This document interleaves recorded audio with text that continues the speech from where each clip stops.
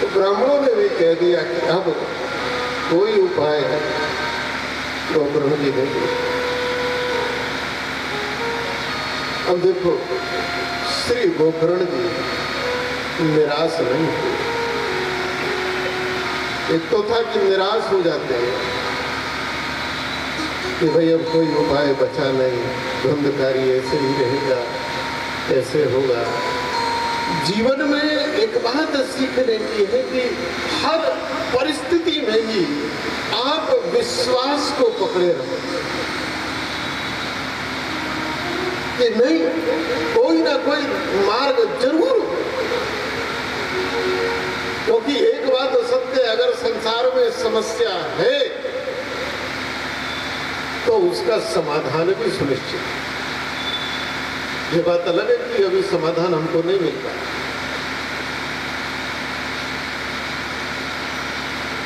ये नियम है संसार का कि अगर समस्या है तो समाधान। विश्वास की एक किरण है। गोकर्ण जी ने कहा ठीक है, मैं कोई ना कोई, मैंने वचन दिया है और जब वचन दिया है तो पूर्ण कर लिया। और उसी विश्वास का फल यह है कि श्री गोकर्ण जी ने विद्वानों को नमस्कार किया और कहा मैं अपनी संध्या वंदन कर दूं। फिर देखता हूं, संध्या की है, गायत्री की संध्या की है। देखो, जब ऐसी परिस्थिति सन्मुख आ जाए, कोई मार्ग ना सूझे, तो आप शांत हो जाइए और भगवत चिंतन में अपने चित्त को लगाइए, मार्ग मिल जाए।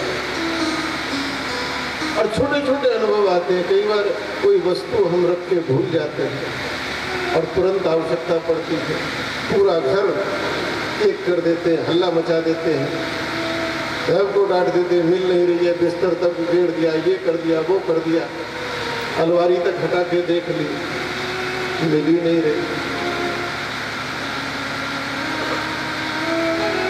और उद्विग्न हो रहे हैं।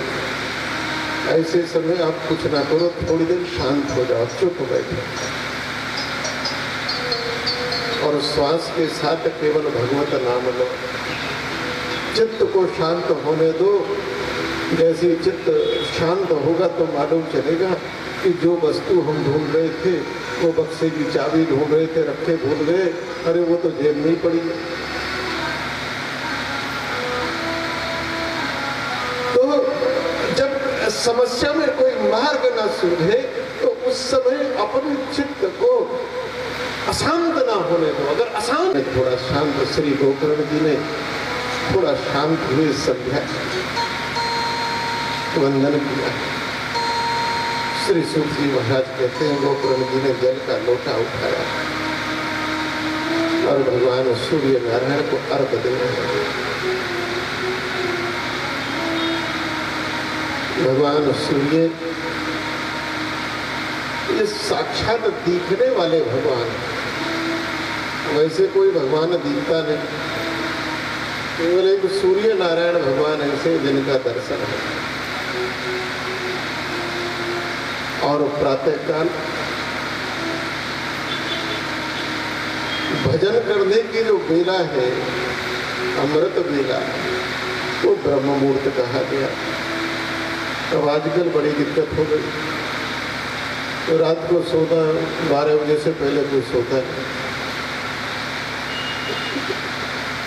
गांव देहात के जीवन में तो 7 बजे लोग चारपाई पकड़ लेते थे, तो सुबह 4 बजे अपने आप उठ जाते थे। अब 12 बजे से पहले कोई सोता नहीं, 10 बजे से पहले तो भोजन ही नहीं होता। अब ये भोजन भी हम लोग राक्षसी करने लगे हैं। भैया हमारा भी यही हाल है, रात नहीं करते, क्योंकि सूर्यास्त के बाद तो भोजन भी राक्षस है। आयुर्वेद भी कहता है श्रावणी मासी गोकर्ण कथानुचितता पुनः सप्तरात्रवती भूय श्रवणम तै कृतम पुनः। अब 7 दिन तक लोगों ने उपवास किया है, खाली समय भजन करते हैं, मनन करते हैं, चिंतन करते हैं, कीर्तन करते हैं और कथा सुनते हैं। श्री सूत जी महाराज कहे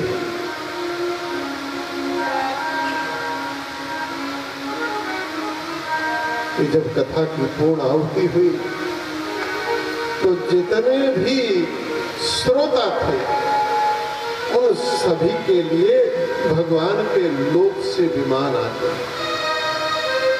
और केवल मनुष्य नहीं, जितने भी चंडाल पक्षी थे, पशु थे, उन सभी के लिए भी देवदूत विमान ले लेकर आते हैं और भगवान के लोक लेकर जाते हैं। जिनको ज्ञान का अभिमान था केवल वो लोग रह गए, और एक श्री गोकर्ण जी रह गए। गोकर्ण जी के लिए विमान नहीं आया, बोले जिसने सभी को मुक्ति दिलाई उसके लिए विमान नहीं आया। अरे असली श्रम तो उसी का था, बोलने में ताकत लगती है, सुनने में क्या भैया। लेकिन गोकर्ण जी के लिए नहीं। तो गोकर्ण जी ने देवदूतों से कहा कि भाई हमसे ऐसा क्या अपराध हो गया, इन सबको आप ले जा रहे हो और हमारी कोई व्यवस्था नहीं। देवदूतों ने कहा गोकर्ण जी आप तो धन्य हैं, अरे आपको लेने हम नहीं आएंगे, आपको लेने तो स्वयं श्री हरि नारायण पधारा, स्वयं भगवान पधारा। श्री राधे राधे गोविंद गोविंद राधे, श्री राधे राधे गोविंद। जिसने अपने को हरि को सौंप दिया, जिसने भगवान को सौंप दिया, अब सौंप दिया इस जीवन का सब भार तुम्हारे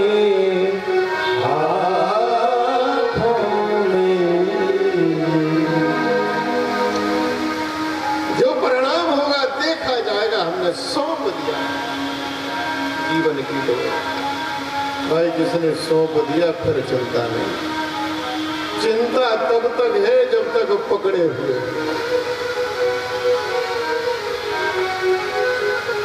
और जब सौंप दिया तो चिंता समा।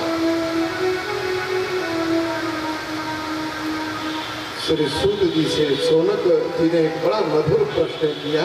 बोले ये जो भागवत शास्त्र है, भागवत कथा है, ये इतनी मीठी क्यों है, इसका फल इतना मीठा क्यों है? श्री सूत जी कहते हैं ये जो भागवत रूपी फल है, इसे श्री सुखदेव रूपी तोते का स्पर्श हो गया है, चोंच लग गई। अगर किसी फल को तोता कुतर दे, हम लोग बचपन में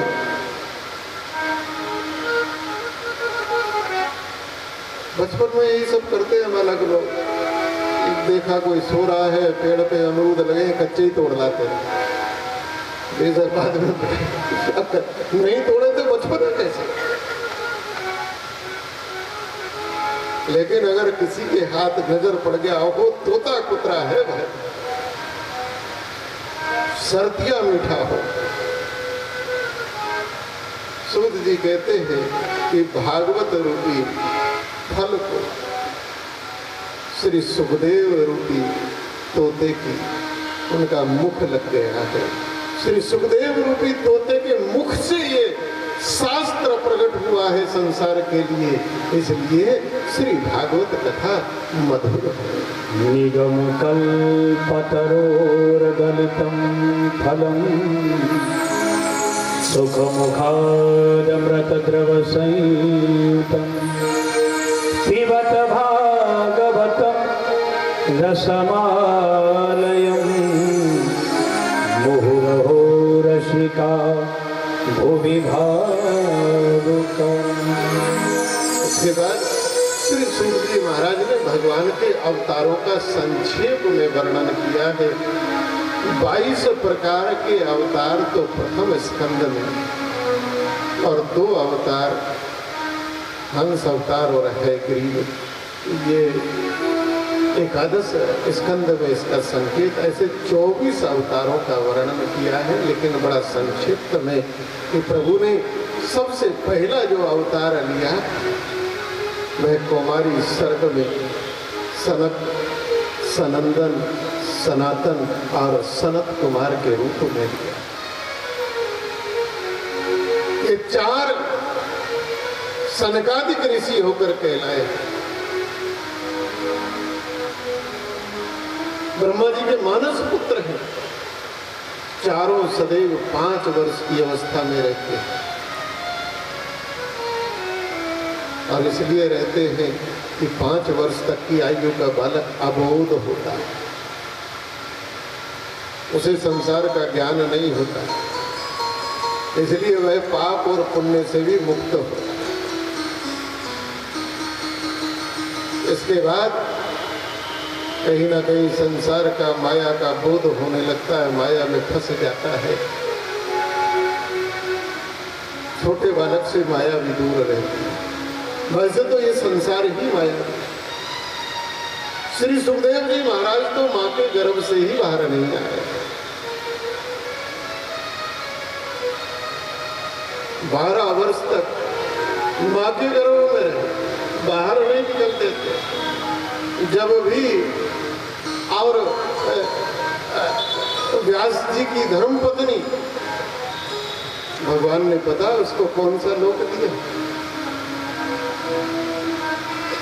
देवताओं हैरान हुए, देवता भी विचार करने लगे कि मेरे प्रभु ने, मेरे गोविंद ने, मेरी गोविंद सरकार ने जो लोक यशोदा मैया के लिए बना के रखा, यशोदा से प्यारा कौन गोविंद के लिए होगा। जो यशोदा के लिए लोक बनाया था, मैं मेरी यशोदा मैया को दूंगा, तो वो उस भगवान ने पूतना को दे दिया, और उस पूतना को जो मारने आए। तमोवा दयालु शरणं ब्रजे। ऐसा संसार में कौन दयालु होगा, जो मारने आई उसको भी क्या दे। ये बटुक ब्रह्मचारी जिस वन में श्री सुखदेव जी महाराज ध्यान लगाते थे, तप करते थे, ब्रह्म का चिंतन करते थे, और वहाँ झाड़ियों में ऐसे ऐसे श्लोक बोले, और जब कानों में ये रस भरे श्लोक जाए, श्री सुखदेव जी का ध्यान भंग हो जाए, दूसरी जगह जाकर बैठते हैं, तीसरी जगह जाकर बैठते हैं, और इन श्लोकों से, भागवत के इस माधुर्य से, इस रस से, अरे मैं किस रूखे सूखे ब्रह्म का चिंतन करता हूँ, वो कौन सा ब्रह्म है जिसने पुत्र को भी ऐसा लोक दिया। श्री सुखदेव जी बावले होकर, अरे भैया ऐसे ऐसे श्लोक और सुनाओ, और सुनाओ। तो ब्रह्मचारी जी कहते हैं, जो सिखा पढ़ाकर और पिताजी ने भेजे थे व्यास जी ने, बोले देखो ये तो हमारे पास सैंपल है, असली माल तो गोदाम में भरा रखा, ये तो सैंपल है, और जब सैंपल ऐसा है तो माल कैसा होगा। आओ, श्री सुखदेव जी कहते हैं हमको अपने गोदाम में ले चलो। बोले गोदाम तो व्यास नारायण गुफा बद्री नारायण में जहाँ है तो वहाँ पर स्थित है। इन श्लोकों के बल से श्री सुखदेव जी खिंचे चले आए और पिता के चरणों में माथा रखा। जिन पिता के बुलाने से नहीं आए, मुड़कर तक नहीं देखा, लेकिन भागवत के श्लोक व्यास जी ने कहा कि बाप है हम तुम्हारे। और तब श्री वेद व्यास जी ने सुखदेव जी को भागवत शास्त्र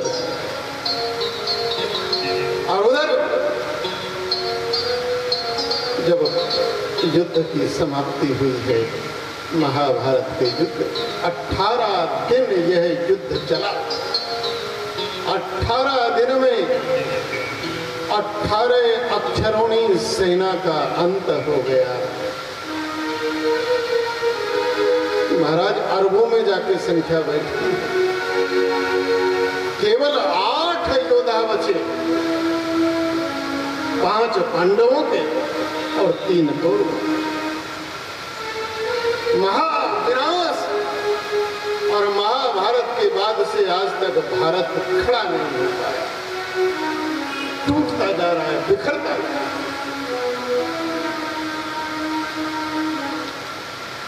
उधर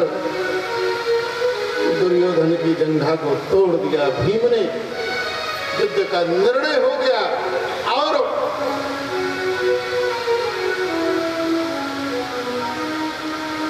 दुर्भाव की अग्नि में जलता हुआ, दुर्भावना में ग्रसित अवस्था महारात में विचार करता है, लेकर चलता है। उधर भगवान ने पांडवों को और द्रौपदी को लेकर कहा, आज शिविर में नहीं रहना है, आज यमुना के किनारे रहेंगे। आज्ञा मानकर चले गए। पीछे से अश्वत्थामा ने आकर शिविर को जला। 5 पांडवों के 5 पुत्र शिविर में जलकर जिंदा जल गए, मर गए। प्रातः काल पांडवों ने जब आकर इस अवस्था को देखा, द्रौपदी ने बड़ा विलाप किया। भगवान ने आज्ञा दी है कि अक्षम्य अपराध है। अर्जुन और भीम को आज्ञा दी है। अर्जुन भीम चले हैं, अश्वत्थामा भागा है और अंत में अश्वत्थामा ने प्राण रक्षा के लिए पांडवों का समूल वंश नाश हो संकल्प करके ब्रह्मास्त्र चलाया। ब्रह्मास्त्र जैसे ही चलाया तो अर्जुन ने भी ब्रह्मास्त्र चलाया। दोनों ब्रह्मास्त्र टकराएंगे, संसार नष्ट होगा, कुछ नहीं रहेगा। स्वयं ब्रह्मा जी आए, दोनों के अस्त्र अपने दोनों हाथों से रोक दिए और आज्ञा दी है, अपने अपने वापस लो। अर्जुन ने हाथ जोड़े, वापस ले लिए। लेकिन अश्वत्थामा ने चोरी से विद्या पढ़ी। द्रोणाचार्य ने चोरी करके सिखाया है, छोड़ना जानता है, वापस लेना नहीं। वो वापस नहीं ले पाया, शस्त्र भटक जाता है और अग्नि का गोला पांडवों का जो अंतिम वंश है, जो उत्तरा के गर्भ में और पल रहा है,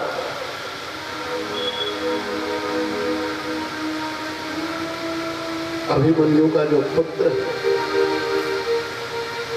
अभी गर्भ में है, यही अंतिम वह अग्नि का गोला और वहां उत्तरा के गर्भ में जाकर उस गर्भ का नाश करने लगता है। और उत्तरा ने जैसे ही देखा कि मेरे गर्भ को कोई नाश कर रहा है, कोई अग्नि का गोला प्रवेश किया है, दर्द से विभ्वल होकर उत्तरा ने भगवान श्री कृष्ण को पुकारा। पाहि पाहि महायोगी देव देव जगत्पते नान्यत्वद्भयं पश्ये यत्र मृत्यु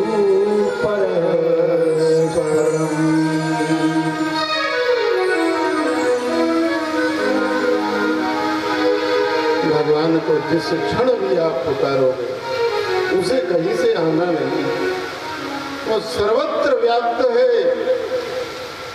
वो वही प्रकट हो। तपस्या हो नहीं सकती, एक घंटा माला लेके बैठ के दिखा दो मन को स्थिर करके। स्वार्थ इतना भर गया है कि दया तो दूर दूर तक नहीं है। पहले अपना हो तब सोचेंगे किसी को, और अपना हो या ना हो